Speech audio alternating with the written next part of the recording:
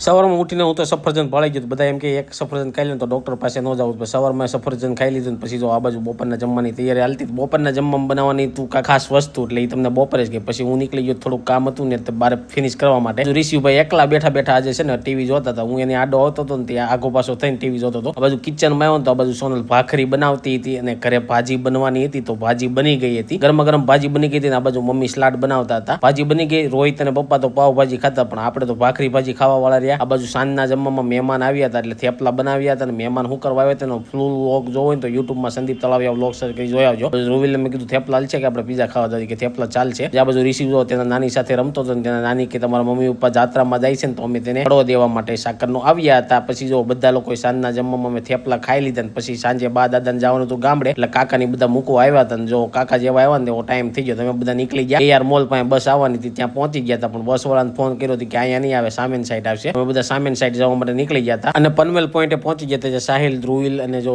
રિશિવભાઈ, પપ્પા અને દાદા ને બધા લોકો આવી ગયા હતા. બધા દાદાને પૂછ્યું કે હવે ક્યારે આવશો, તો હવે કે દિવાળી આજુબાજુ આવશું કરે, તમે ગામડે આવજો. બાને પણ જય શ્રી કૃષ્ણ કહી દીધા. પછી રિશિવ છે ને કાકા સાથે રમતો હતો. પેલા તો બહુ બીતો પણ હવે એની સાથે રમવા લાગ્યો છે. આ બધું સાહિલ કે આ એ વાત સાચી છે. પછી રિશિવ છે ને સામેની સાઈડ ફુગાવાળા ભાળી ગયા. મારી પાસે આવ્યો, મને કે ફુગો લઈ ગયો. કાકા કે ચાલો આપણે બે જઈ ફુગો લઈને આવી. ફુગો લઈને આવ્યા. રિશિવ ફુગાથી રમતો હતો. ધોઈલ કે મેં ચાલુ બંધ કરતા શીખવાડ્યું, તેને આવડી ગયું. મેં એવું બહુ આવડે, ભણવામાં હોશિયાર નીકળ્યો તો કેવાય આમ તો હોશિયાર. બા દાદાને બસમાં બેસાડીને ઘરે આવી ગયા હતા. આઈસ્ક્રીમનો પ્રોગ્રામ હતો, બધા આઈસ્ક્રીમ ખાવા મળ્યા હતા. આ વિડીયો સારો લાઈક શેર ફોલો કરી દેજો. આવજો. જય માતાજી, જય શ્રી કૃષ્ણ.